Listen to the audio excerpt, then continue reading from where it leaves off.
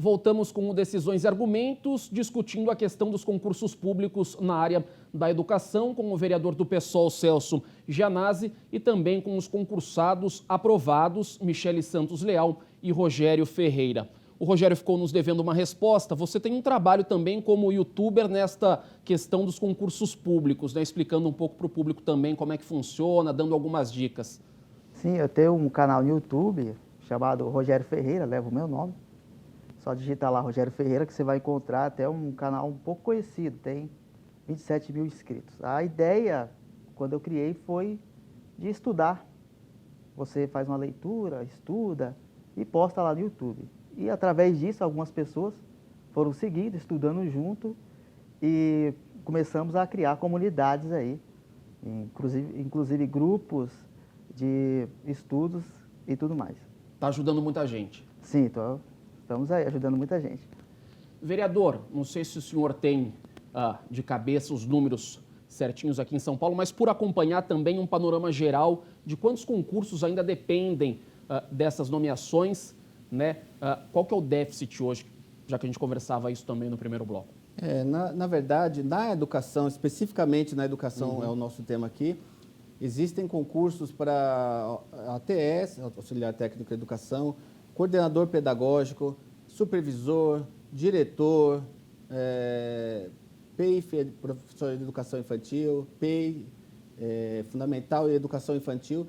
Ao todo, nós temos quase 5 mil cargos vagos na cidade de São Paulo. Quase todos esses concursos que eu acabei de citar, quase 5 mil cargos vagos. Então, é um número muito grande, mostra claramente esse déficit gigantesco, né, desses profissionais na área da educação, e a escola, sem esses profissionais da educação, a escola não funciona. Porque, na verdade, o que está sendo feito, Felipe, é uma negação ao acesso à educação, que é um direito constitucional garantido aí às crianças, às crianças e jovens. São 5 mil pessoas aguardando, então? Aguardando. Depois de terem passado no concurso, estudado, todos eles, o Rogério pode falar isso muito bem, a Michele pode falar, para passar no concurso público não é fácil, passaram, eles têm o direito, aí, a expectativa de direito de serem nomeados, mas, por outro lado, nós assistimos a não nomeação desses servidores que passaram, dessas pessoas que passaram no concurso público. A gente tem o outro lado, que é a negação do acesso à educação. As crianças, bebês, crianças e jovens não terão acesso à educação se esses servidores não forem nomeados. E isso é muito grave, porque fere um direito constitucional, o acesso à educação da população de São Paulo. Então, a gente tem feito essa luta, brigando muito para que haja a homologação e depois a nomeação imediata desses aprovados. É curioso porque é uma agonia para quem passou, estudou, perdeu tempo realmente se preparando, e isso tem um reflexo muito grande lá na base, né? Como o senhor disse, nas crianças, enfim, em quem realmente necessita do modelo educacional aqui de São Paulo. A sua situação, Michele, qual que é esse sentimento de você ter despendido um tempo da sua vida e ainda aguardando, e por tanto tempo, né? Sim, muito tempo, né? Quando a gente fala em prestar concurso público, parece uma coisa simples, né? Prestou, passou, está lá dentro. Mas não, a gente, após aprovado no concurso, tem uma série de etapas que são extremamente morosas. Então, precisa ser homologado o concurso, depois precisa haver autorização de chamada, depois publicação de chamada, depois nomeação. Enfim, são uma série de processos aí que são extremamente demorados, né? Não deveria ser, mas infelizmente é. No caso do concurso de diretor de escola, o que a gente briga nesse momento especificamente é que haja minimamente a autorização de chamada, porque tem essa questão, se não há autorização de chamada publicada, não há chamada, não há nomeação, não há início de exercício. E eu, particularmente, vivo uma situação difícil, porque eu já estou, né, na equipe gestora, enquanto assistente nomeada, e eu vejo de perto quanto esse não chamamento, essas não nomeações afetam o serviço público, né? Traz uma série de desgastes para a escola que é imensurável. E aí acaba que no final das contas a gente precisa tirar professor, por exemplo, de sala de aula para suprir esses cargos de gestão. Então a gente cria outro déficit. Na verdade, a gente agrava o déficit que já existe, para tampar um buraco. Então, a gente descobre um buraco para tampar outro. situação vai só ficando mais calamitosa. É um processo mental desgastante, né, Rogério? Sim, o nosso caso, a gente teme pelo concurso ser, de repente, cancelado. Há vários relatos de concursos que passaram por esses problemas que a gente vem passando, que não chegaram a ser homologados. E a nossa preocupação maior é esta: se realmente esse concurso vai ser homologado. Sabemos da defasagem de 1.589 auxiliares técnicos de educação para o município que tem aproximadamente 1.600 escolas. É um ATE por escola.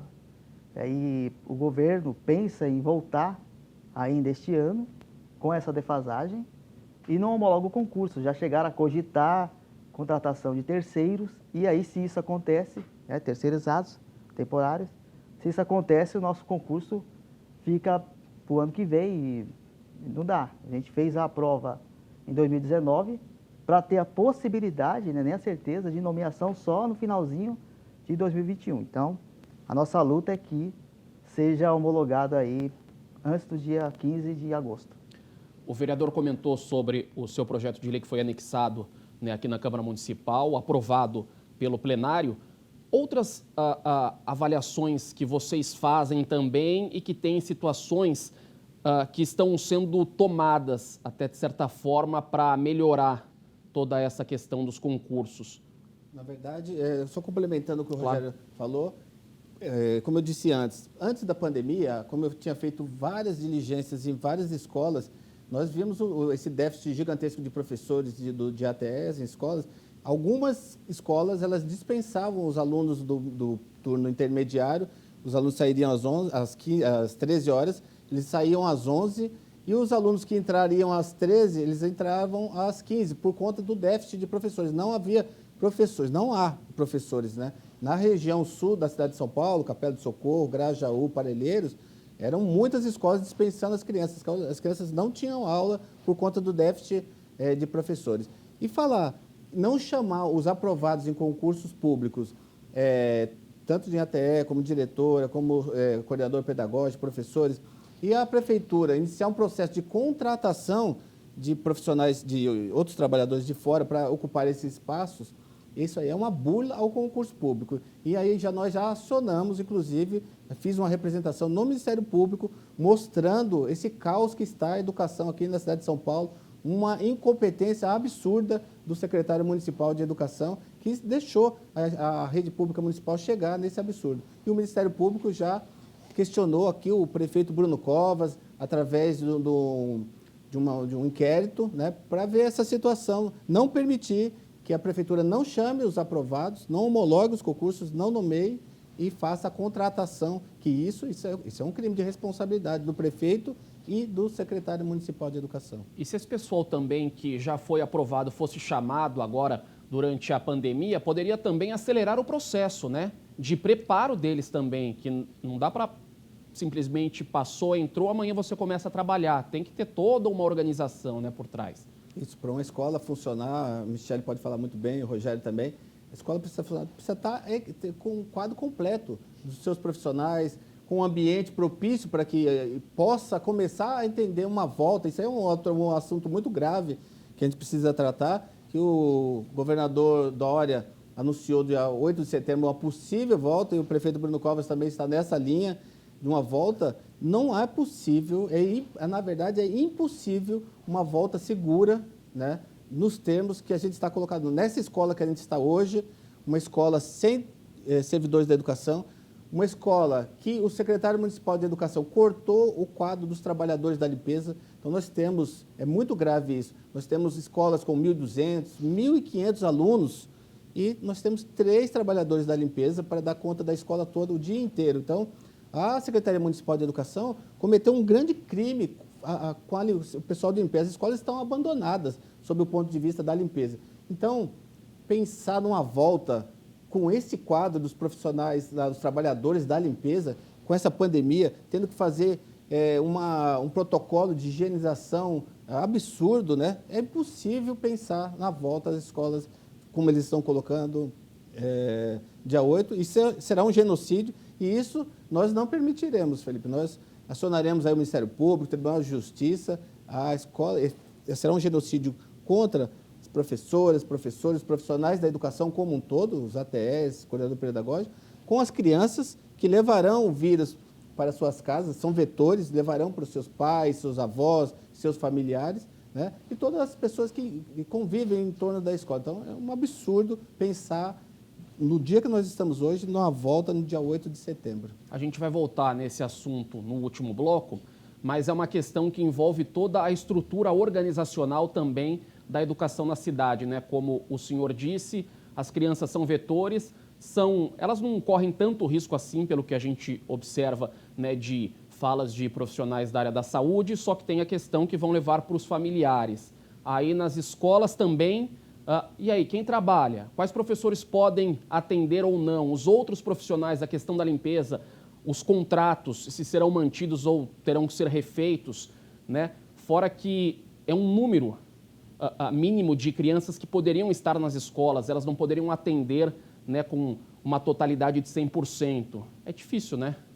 A gente ter que escolher num momento como esse.